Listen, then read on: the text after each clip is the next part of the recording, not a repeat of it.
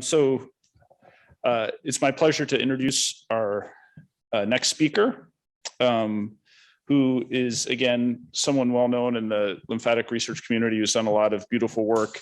And he's coming from an engineering background, so he's using lots of different technologies as well to explore the lymphatic system. That's Dr. Brandon Dixon, who is a professor of mechanical and biomedical engineering down at Georgia Tech. And he heads the Laboratory of Lymphatic Biology and Bioengineering. Prior to that appointment, he was a staff scientist at EPFL in Lausanne, and he did his PhD from Texas A&M. And so we really look forward to Dr. Dixon's presentation, and he'll be available afterwards for questions and answers as well. I'd like to start by thanking the conference organizers for giving me a chance to sort of present some of the lab's works over the years as it relates to developing animal models and technologies for understanding the progression of secondary lymphedema. I'd like to start by emphasizing the importance of the lymphatic pump in lymphatic function. And so I'll talk about lymphatic function throughout this talk. And when I'm talking about that, I specifically am referring to the intrinsic contractile activity of the lymphatic itself with its specialized architecture, valves, and muscle cell that contracts to propel lymph flow. Now, my lab is interested in understanding the sort of adaptive processes that occur over the course of disease progression, and we're motivated by the clinical data that exists in this regard. So we know that lymphedema incidence continues to increase after, in this case, breast cancer surgery, and that people will get lymphedema and present with lymphedema 4, 5, 6, even 7 years after the initial causal event of the surgery itself. And we also know that if you look in these late-stage lymphedema patients, you see signs of negative inward remodeling of the collecting vessels. So hyperproliferation of muscle cell, excess deposition of collagen, and eventually complete occlusion of the vessel. And so our lab is constantly thinking of how do we interpret our lymphedema models in mice and rats, in which the lymphedema onset occurs within a week or a few days after the surgery and progresses quite rapidly. How do we take that data and interpret it in the context of what occurs clinically? Now, we have a couple of technologies that we've sort of helped develop that we use that I want to refer to, and you'll see data from these technologies throughout the talk. So one, we utilize near-infrared imaging, and so at the top, this is an isolated lymphatic vessel chain contracting. You can see the valves. And at the bottom is the kind of image we can acquire in vivo using near-infrared imaging. So we inject near-infrared tracers, and then we see the evidence of this contraction through the propagation of these fluorescent waves in the near-infrared wavelengths as the tracers move through the vessel network. And we've shown, and others have confirmed this as well, that these fluctuations in fluorescence intensities can sort of be directly correlated with the actual changes in diameters of the vessels. Now, another technique we've developed, Peter Mortimer was really the first one to kind of show this idea in a human, is the ability to measure lymphatic pumping pressure. And so what we do is we inject a near-infrared tracer, and I'll play this video, and it's kind of sped up, but we'll over real time. But we inject a near-infrared tracer, we see it in the lymphatic, then we inflate this occlusion cuff right here to a level that completely collapses the vessel and wait for the fluorescence to empty out. Then we gradually deflate the pressure in the cuff, and then we can determine the pressure at which we see restoration of flow, a term which we refer to as the lymphatic pumping pressure. And so this measurement tells us something about the capacity of the lymphatics distal to the lymphatic chain distal to the cuff to generate an outflow pressure that is greater than the occlusion pressure. All right, so then we turn to our animal models, and we've taken an adaptation of the tail lymphatic lymphedema model, which is probably the most widely used lymphedema models in sort of animal models for basic science discovery. And in the normal model, the entire lymphatic vasculature around the circumference of the tail is blocked or cut or damaged. such that you get no lymphatic outflow through the lymphatic system from this limb. Now, we made one minor adaptation that we think increases sort of the physiologic or clinical relevance of this model, and that is that we ligate one side and we leave one side intact. So we know during clinical treatment, say a patient, if they end up having lymph nodes removed, the average human has 400 to 500 lymph nodes. And so there are quite often intact lymph nodes and lymphatic vessels still in place, even after therapy, that seek to function and continue to drain that limb, which is probably one reason why a lot of patients don't immediately develop lymphedema after the surgical event. Now, so in addition to that, we like this adaptation of the model because it provides a lymph node that continues to get tissue-specific drainage from the limb, if you will, the tail in this case, as lymphedema progresses. And so we can understand how the local lymph node immune environment is responding to drainage coming from the diseased tissue. And when we do this animal model, we see, so this is just verifying that one side is intact. We flip the mouse to the other side, and we have blockage. And there's a correlation between how well the vessel contracts and the intact vessel and how well it functions, and how much the mouse tail swells, really linking sort of the underlying pump function to the disease presentation of swelling. In addition, when we look at this animal model, we notice a couple things. So one, distal, where the majority of the swelling, distal to where the original wound occurs, where majority of the swelling is occurring, we see lots of capillary lymphangiogenesis, lots of leakiness, and we see hyperplasia of the collecting vessel, even the intact collecting vessel that was not injured. While the swelling eventually resolves, we observe, and let me play these videos again, we observe these following functional features. So in a sham vessel, typically you will only see fluorescence in the collecting vessel downstream of where you inject the tracer. But what we see, if I play this again one more time, you'll notice this moving fluorescent front of initial capillaries. And one of the reasons we think behind this is the intact collecting vessel is no longer pumping nearly as strongly. The pumping pressure is actually often zero. And so because of that, because the collecting vessel is not actually serving a pump, it's just a conduit, the interstitial fluid pressure just drives fluid through the entire lymphatic network. And so you have flow going through the capillary bed to compensate for lack of pumping in the intact vessel. And then one last thing, to sort of piece of data to characterize this model, when we look at immune cell populations, and so if we look at the draining lymph node that drains this tissue bed and compare it to control, normally these lymph nodes are actually really tiny.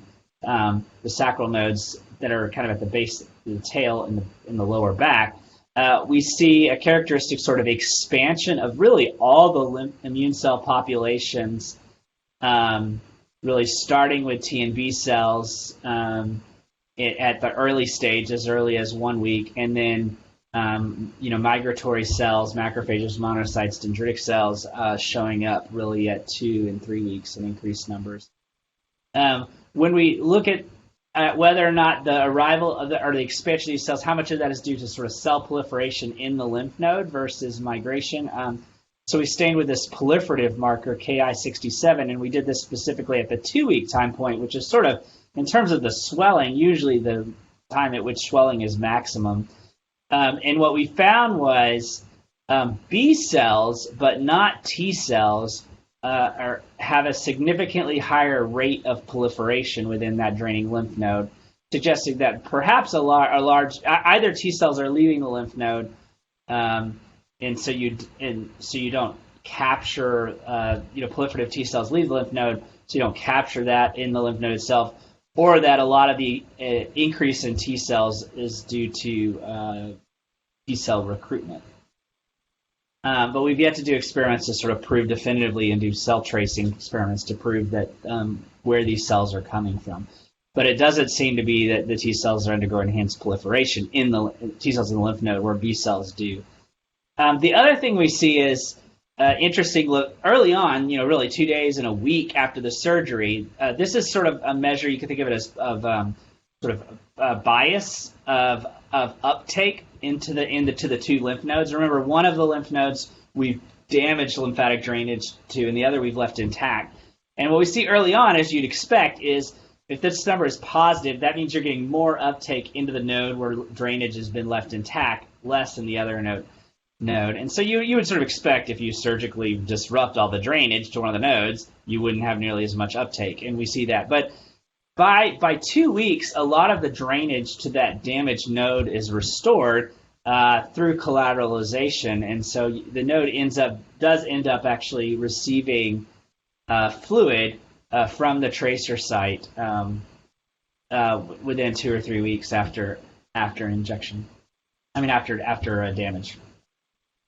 All right, so we got involved in a study really that was pioneered and led by Stan Roxon and Mark Nichols at Stanford, in which they had noticed both in patients and in these mouse models that there was a particular leukotriene B4, that was highly elevated in the interstitium of lymphedema, sites of lymphedema.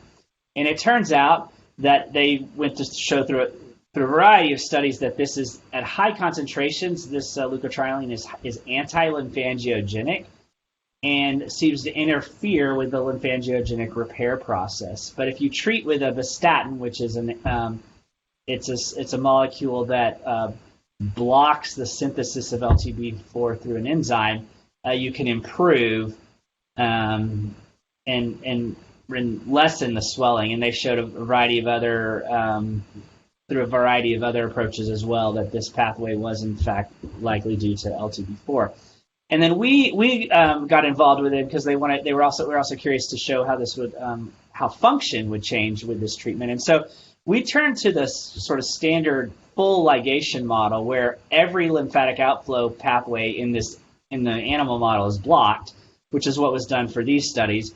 And we found in that context that when we treat with vastatin, it was great at restoring flow. And so we could see, you could kind of make out this tracer here. This has now made it past the wound site, and we have functional. This is, I think, 3 weeks at day 21, 3 weeks after the initial surgery, and about 3 weeks after treatment.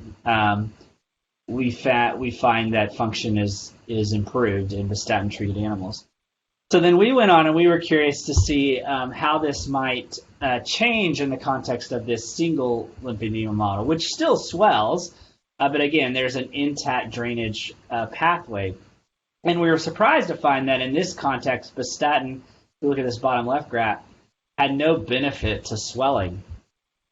And but I will say that we did see that vastatin at 2 weeks in particular did in fact improve function.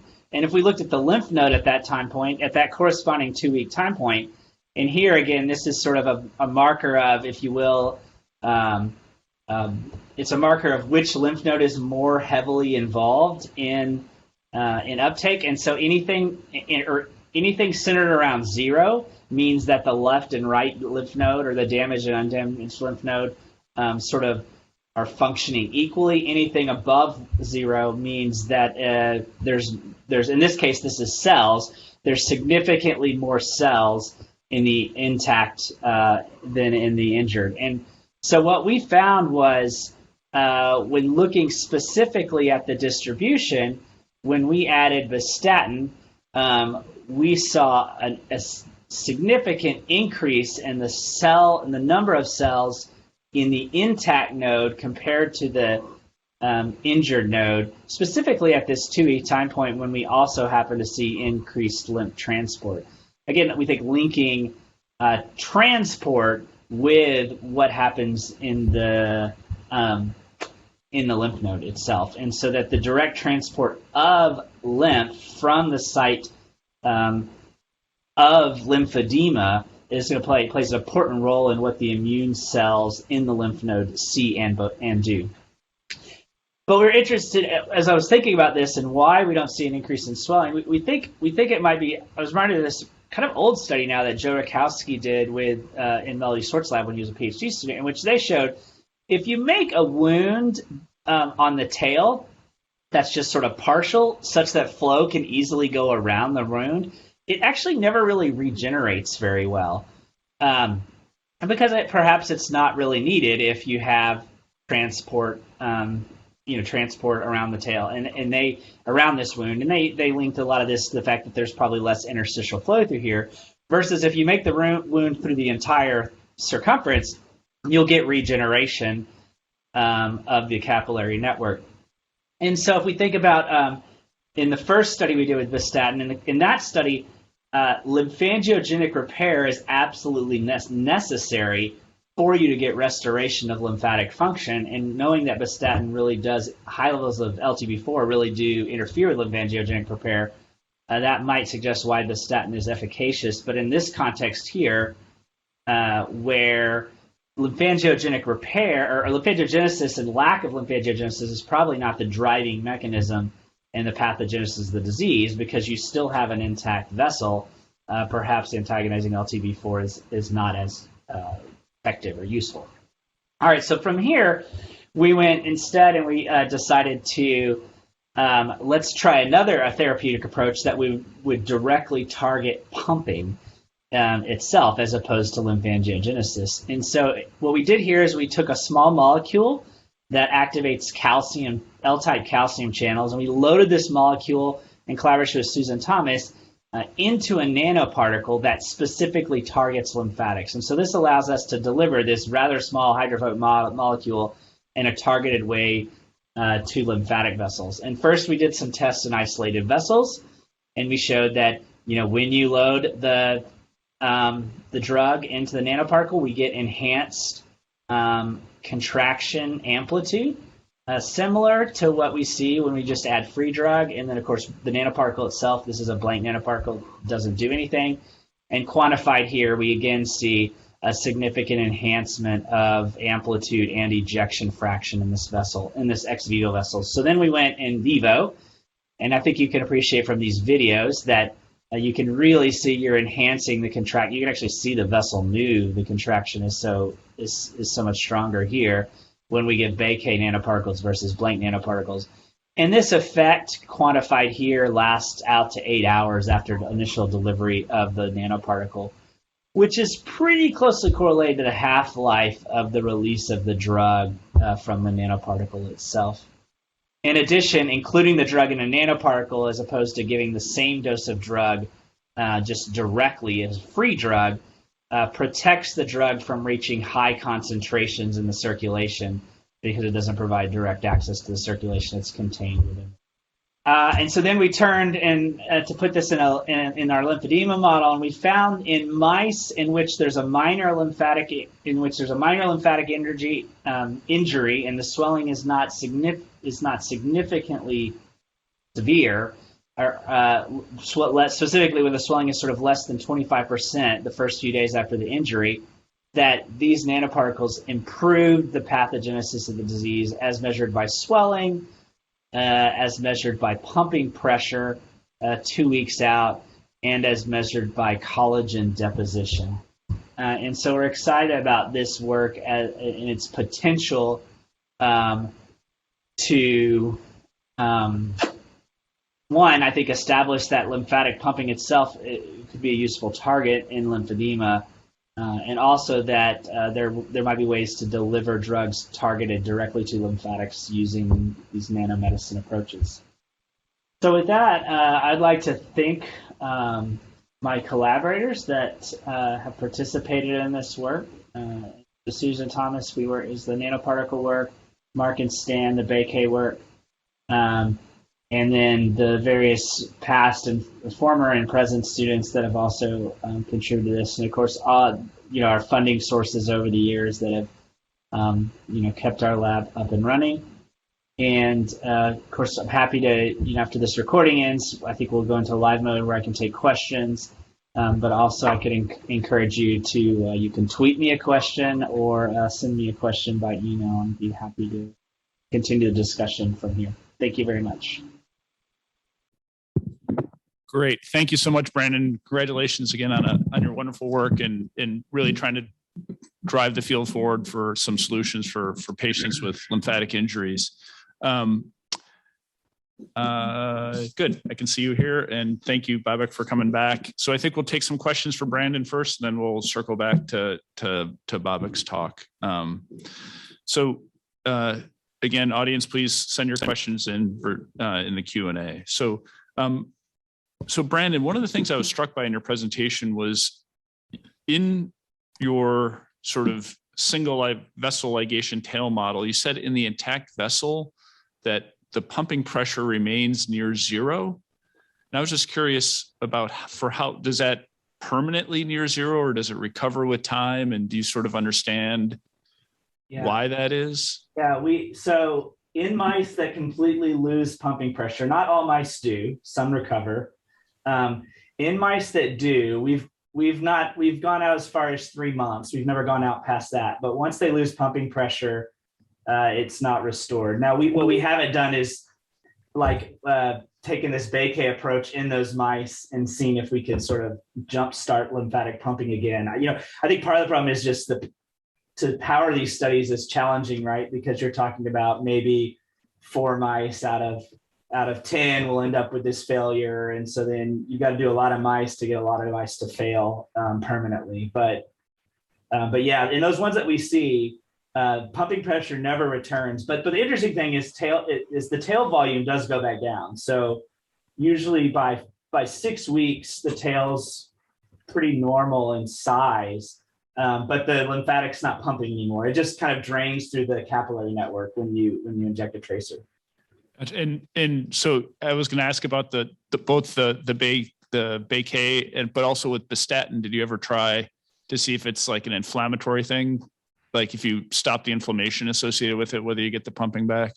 Yeah, no, I mean, we've been really, inspired over the years by a lot of work from Dr. Marara. And so one of the things I didn't show is because even when we do this injury in our mice, much like the human, we actually get a pretty broad response in swelling. Some double in tail size, some maybe 30%, 40% increase. And what we found was Baquet was really good at bringing this kind of keeping the mice from swelling that don't swell really bad right from the beginning. But if we had mice tails that just blew up, targeting pumping alone was not enough to sort of bring swelling down. So what we're thinking is there's really, I think the previous talk did a really good job of explaining how complicated lymphedema is, right? There's a component of inflammation, tissue remodeling, lymphatic repair, collateralization. So we think that this is an approach to perhaps specifically enhance pumping, but you're probably going to need a combinatorial approach to also target the inflammation. Terrific. I wanted to congratulate both of you, and Babak, it's great to see you, and I really enjoyed your talk. And my question is for you. I'm just curious, where are you with translating your basic science findings to patients? So I know you're working on some topical anti-inflammatory inhibitors, et cetera, but I was just curious where you are with that. Yeah, that's a good question. Thanks for bearing with me with my computer failures. So we are developing a topical formulation of a T-cell inhibitor, and hopefully we'll have that ready for early phase 1 clinical trials within the next year or so, I think. So I think that is heading in the right direction. There are other companies that have sort of looked at our publications also. For example, we're working with PureTech, which is a company that has a form of duoperfinidone. This is a drug that inhibits TGF-beta activity, and they have a multi-center trial that's basically in a whole bunch of different IRBs right now, waiting to get approved to look at the use of duoperfinidone for the treatment of lymphedema, patients with lymphedema. So that's coming, I think, probably within the next 6 months. I think that study will also go into effect. And then there's, other things that are sort of developing, but I think those are the two most, proximal things.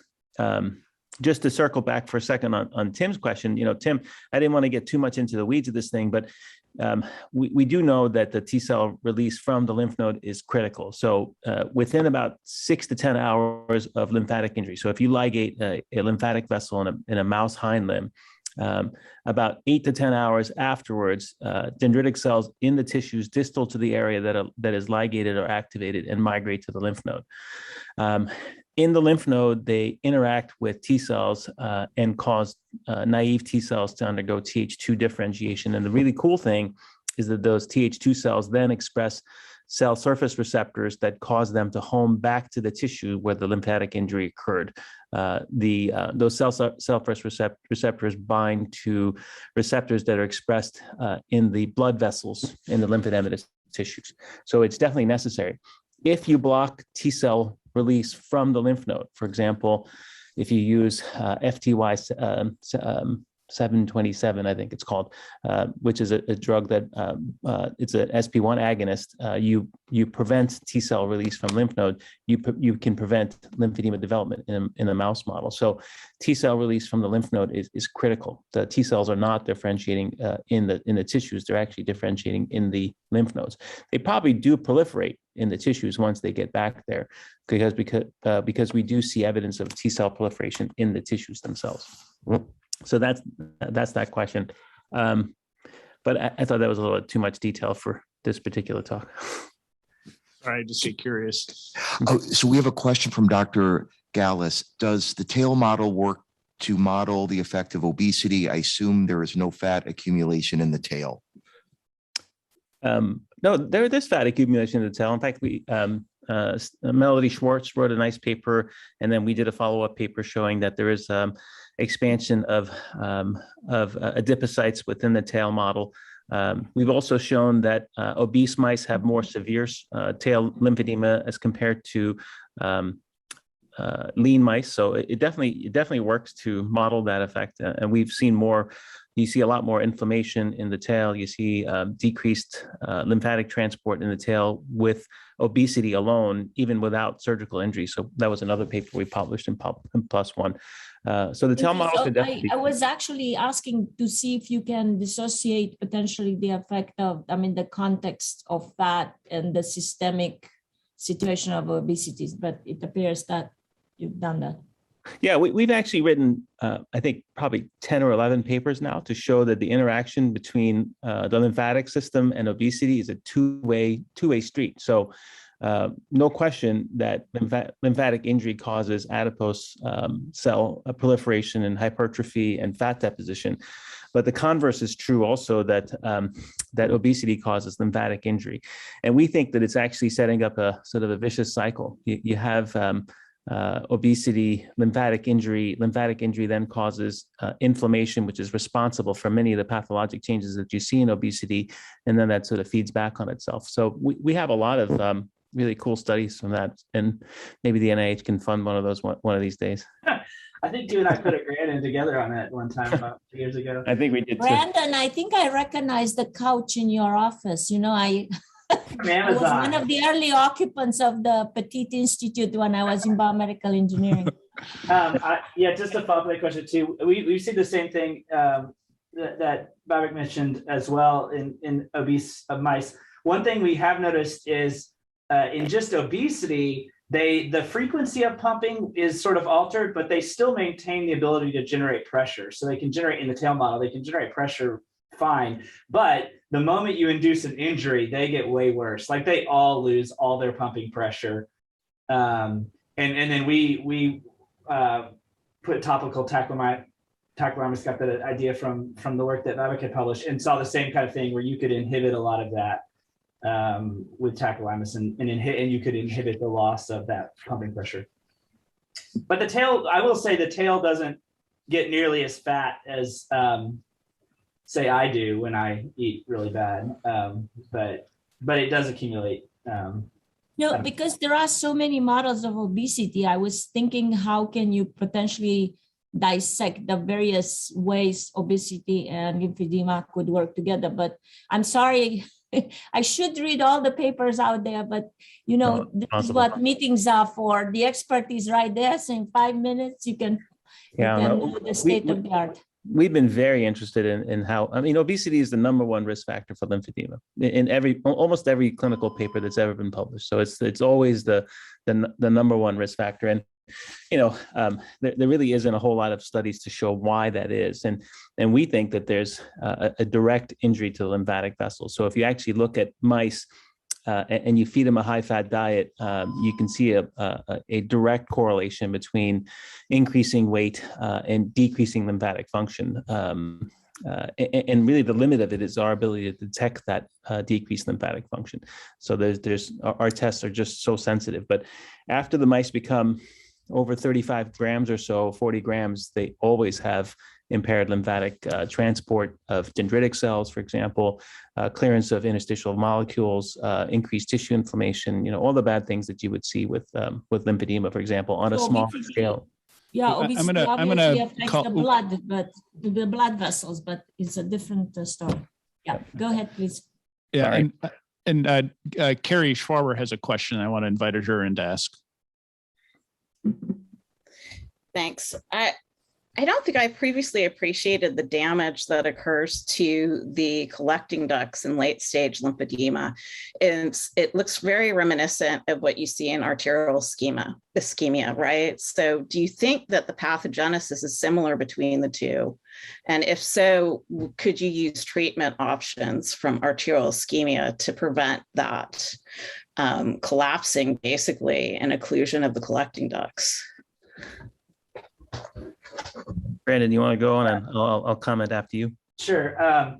So I think it depends on the nature, probably even of the injury. So are we talking about a sort of, even in our animal models, right? If we dissect out the lymph node, what that lymphatic does is very different than in the other lymphatic that's now overloaded with flow. So you could think of it as like a lymphatic hypertension. So I think it depends. I mean, certainly in the context of lymphatic hypertension, we see smooth muscle cell proliferation, you see intimal thickening, similar like you see in arterial remodeling. But in these sort of vessels that get damaged and then now have, there's no outflow resistance, you actually see all sorts of sprouting. And other people have shown that in their animal models too, that kind of come out of these vessels. So I think it really depends on how of course I'm biased as a mechanical engineer, like how the mechanical loading on the vessel changes is going to affect what the vessel feels. Okay. Yeah. I agree with that. Actually, I think it's sort of like left ventricular hypertrophy. I don't think it's ischemia, but I think it's more like outflow obstruction. So I think that's what's happening. Great. Well, thank you all for that wonderful discussion. And again, I know both speakers are willing to continue to take questions, so please feel free to reach out to them and continue this lively discussion.